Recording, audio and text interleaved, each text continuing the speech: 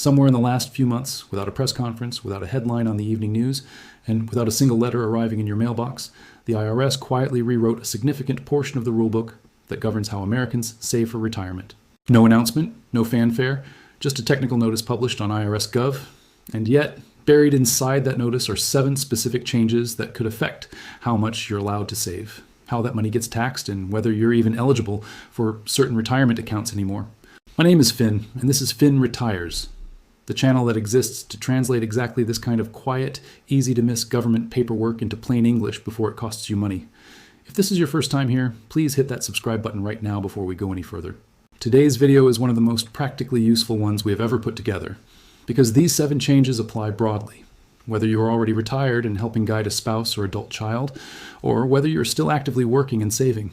Subscribe, stay with me, and let us walk through exactly what changed. Contribution limits for retirement accounts are not fixed forever. Under federal law, the IRS is required to review and adjust many of these limits annually based on inflation. Most years, the adjustments are incremental, but 2026 is different because a major structural change required under the Secure 2.0 Act officially took effect this year, after being delayed once already. The first change, the maximum you can contribute to a 401k, 403b, or similar employer plan increased from $23,500 in 2025 to $24,500 in 2026, an extra $1,000 of tax-advantaged savings room for every eligible worker. The second change affects workers 50 and older. For 2026, the standard catch-up contribution amount increased to $8,000 on top of the regular limit, meaning a worker 50 or older can now contribute up to $32,500 total to their 401k. The third change is the biggest structural shift in this update. Starting January 1st, 2026, any worker whose prior year FICA wages exceeded $150,000 is now required to make their entire catch-up contribution on a Roth after-tax basis, rather than the traditional pre-tax basis. This rule was originally supposed to take effect back in 2024, but the IRS delayed it because payroll systems and plan administrators simply were not ready. That delay ended, and the rule became fully mandatory as of January 1st, 2026. A pre-tax catch-up contribution reduces your taxable income now, and you pay tax later in retirement. A Roth catch-up contribution means you pay tax on that money now at your current rate, and it grows and comes out completely tax-free in retirement. For a higher earning worker in their peak income years, this shift means losing the immediate tax deduction they were counting on, and instead paying tax upfront.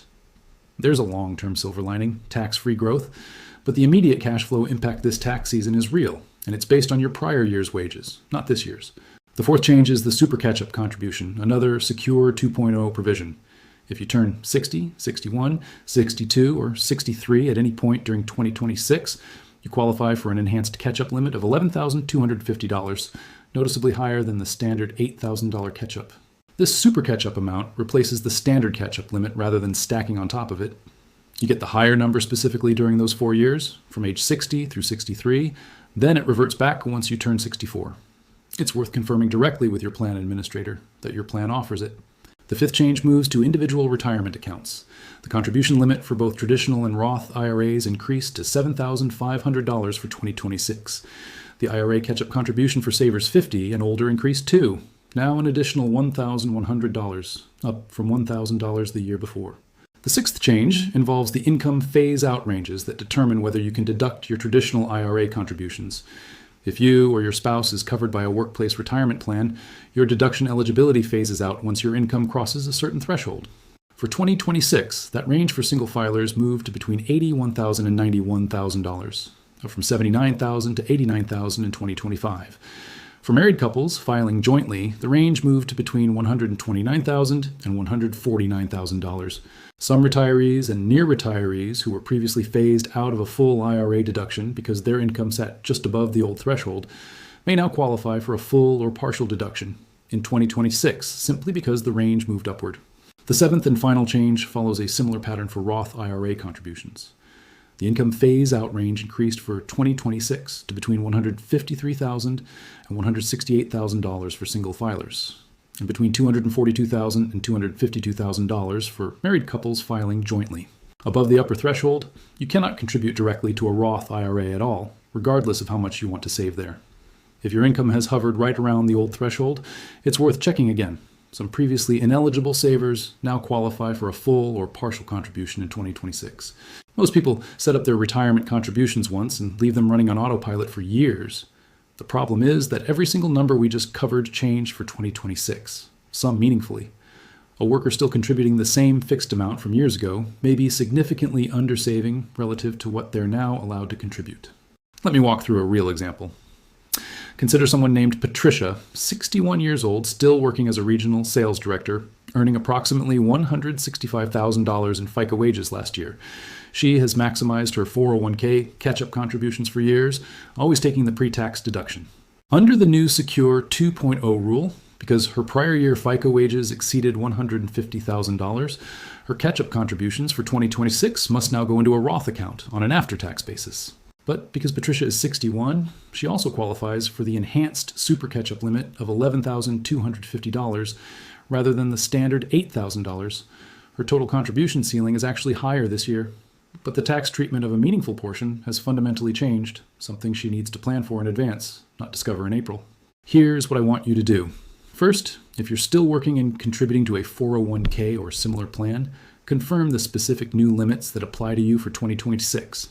The standard limit, the catch-up limit if you're 50 or older, and the super catch-up if you're turning 60 through 63 this year.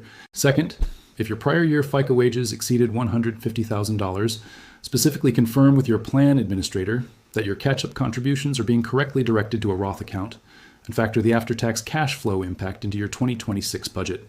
Third, if you or your spouse contribute to a traditional or Roth IRA, check the updated income phase-out ranges for 2026 specifically, rather than relying on last year's numbers, particularly if your income has been close to those thresholds recently.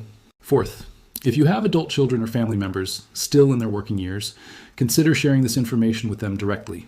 Many of these changes are the kind of detail a busy working adult simply never hears about unless someone points them toward it. The IRS does not hide these changes intentionally. The information is publicly available, but publicly available is not the same as widely known. Most working Americans simply do not have the time to track every annual adjustment across 7 different provisions of the tax code. That gap between what is technically available and what people actually know is exactly the space this channel exists to fill, one video at a time. If this video gave you information you did not have before today, share it with someone in your life who is still working and actively contributing to a 401k or an IRA.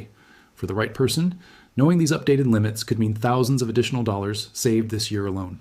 Drop a comment below and tell me, which of these 7 changes surprised you the most? Were you aware of the new mandatory Roth catch-up rule for higher earners?